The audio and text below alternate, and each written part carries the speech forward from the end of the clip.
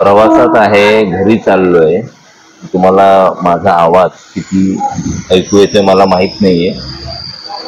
अर्थातच हे शूट झाल्याच्या नंतर मी हा व्हिडिओ बघेन आणि आवाज जर व्यवस्थित असेल तरच अपलोड करणार आहे.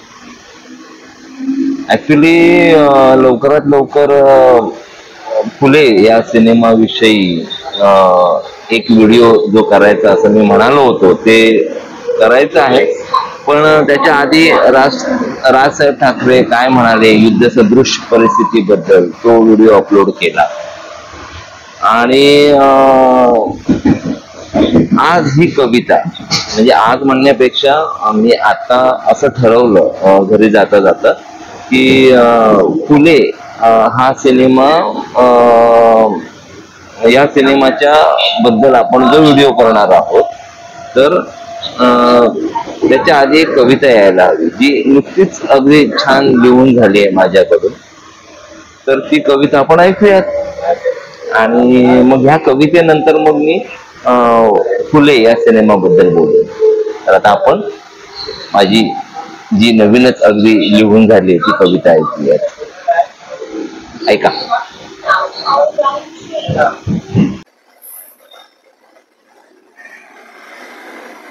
खुंट्याला बांधलेला बैल, बैलाची संस्कृती, बैलाची परंपरा,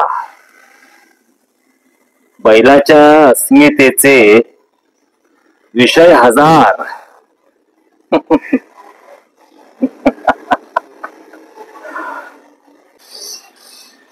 बैलाने तयार केलेले वर्तुळ, वर्तुळाचा परीघ, वर्तुळाची त्रिज्या, वर्तुळाचा केंद्रबिंदू, केंद्रबिंदूवर खुंटा घट्ट रोवलेला.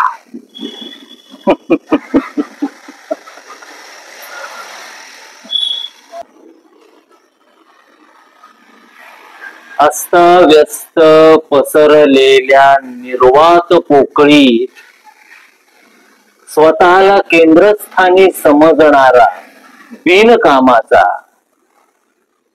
सुस्त निर्बुद्ध मठ्ठ बैल आणि मी एक गोमाशी.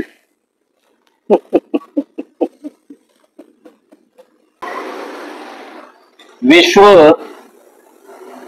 परिघा बाहेरले, परिघा आतले आणि परिघा वरले.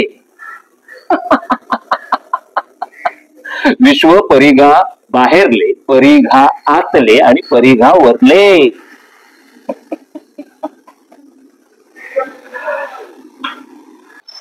विश्व डबक्यातले, विश्व अथांग समुद्रातले, विश्व सुरक्षिततेचे, विश्व बेभरवशाचे,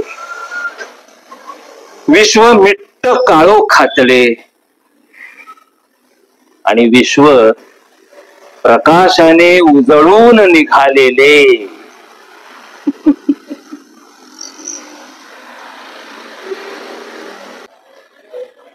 विश्व असे, विश्व तसे,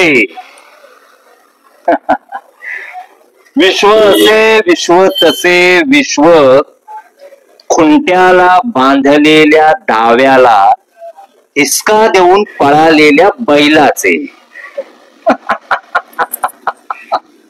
पळाला.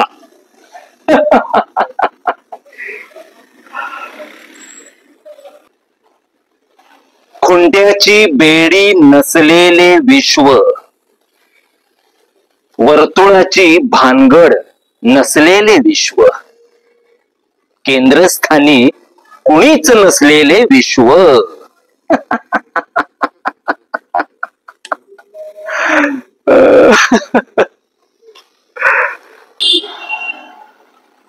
अस्ताव्यस्त निर्वात पोकळीत भटकणारा स्वप्नाळू डोळ्यांचा एक सृजनशील बैल